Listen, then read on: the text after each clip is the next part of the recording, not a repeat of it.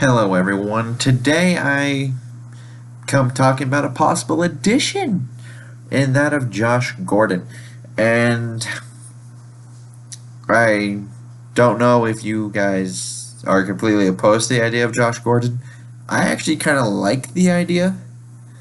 I'm not sure if that's unpopular opinion or not. I know when we had Norv Turner and all these things were going on, it was like, oh, that's an obvious thing. You might want to add Josh Gordon because he had all the success with Norv Turner.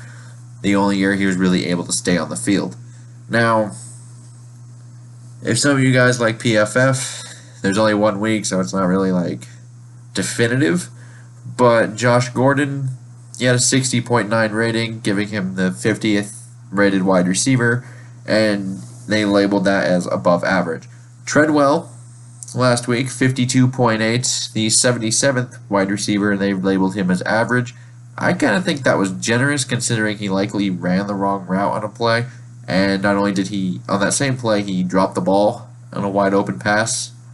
He probably shouldn't have been there to drop anyway, but that's neither here nor there. Now, I do think Gordon is unbelievably talented, and I feel like the Treadwell experiment should likely be done after this year. We just haven't seen much from him. And even though Gordon only caught one pass last week, that one pass was a touchdown. So in one catch, he did more than Treadwell has done pretty much his whole career. And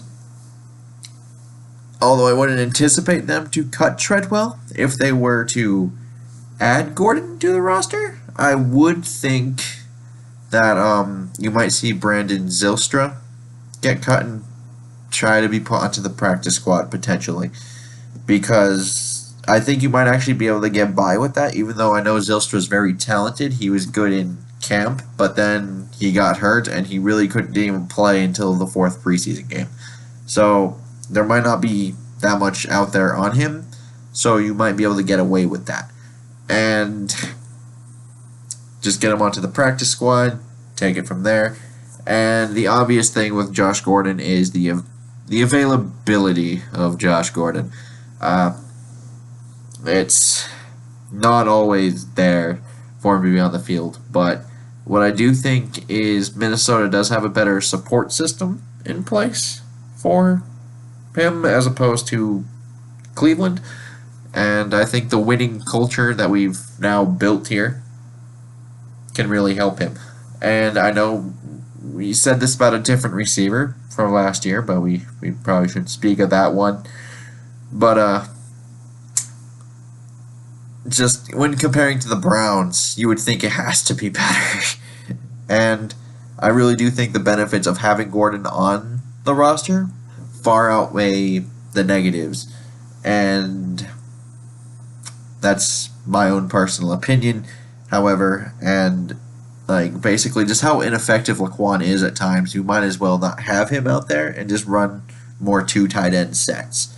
So what I do think Gordon does do is when you start to think of an actual trio of Diggs, Thielen, Josh Gordon, that can only improve everything, because not only do you create more one-on-one matchups on the perimeter with Thielen and Diggs potentially, and obviously helping out Kirk Cousins, but what you do actually end up doing is potentially opening up a running game for an offensive line that struggled to get the run game going last week.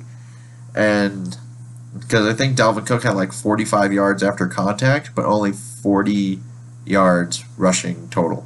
He had more yards after contact than he had total rushing yards because he kept getting met in the backfield. Now, what this would do is open up the box even more, creating favorable matchups for Dalvin Cook to get into space, more one-on-one opportunities for him to make a dude miss, and I like Dalvin Cook's chances of doing that. So this would just make everything more explosive all around, and it would be quite a thing to see if it actually,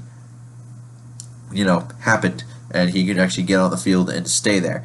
And all that being said, I do think it has to be a veteran minimum deal in order for this to work, and a zero tolerance mentality towards him, because if he were to have any mishaps, it it becomes a problem.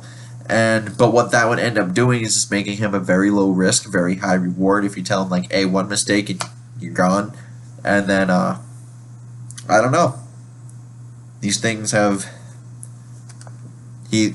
I think he gets one more chance regardless of where it is, and if you can get a very good, even if it's only for 1 year, similar to Sheldon Richardson, kind of, because we may only have Sheldon Richardson for 1 year, but he looked really good against the Niners. And I think you could have a similar situation here. Almost like a 1 year, prove it, see that you can actually do things, stay here. Kind of that. Prove to get your head straight. Sheldon had a lot of problems with marijuana as well. And look where he is now. He might have solved that up in Seattle a little bit as well. But the point is, like, it hasn't been unheard of for these things to work out. I understand the concerns some people would have if they were to bring in a one Josh Gordon. But I feel like if you bring him in on a veteran minimum deal, there is not much wrong that you can do here. Because he's just so talented that, like, that's one of the spots, probably, at this point. Like, you would probably think, like, some of the weak points on this team are probably just the offensive line, Ben Gideon when he's in the base defense, and then that third receiver spot that isn't all that reliable.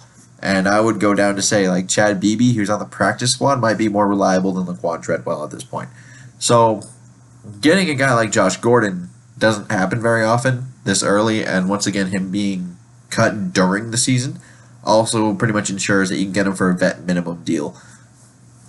And I would like to know what you guys think down in the comments below. And till next time, I bid y'all adieu.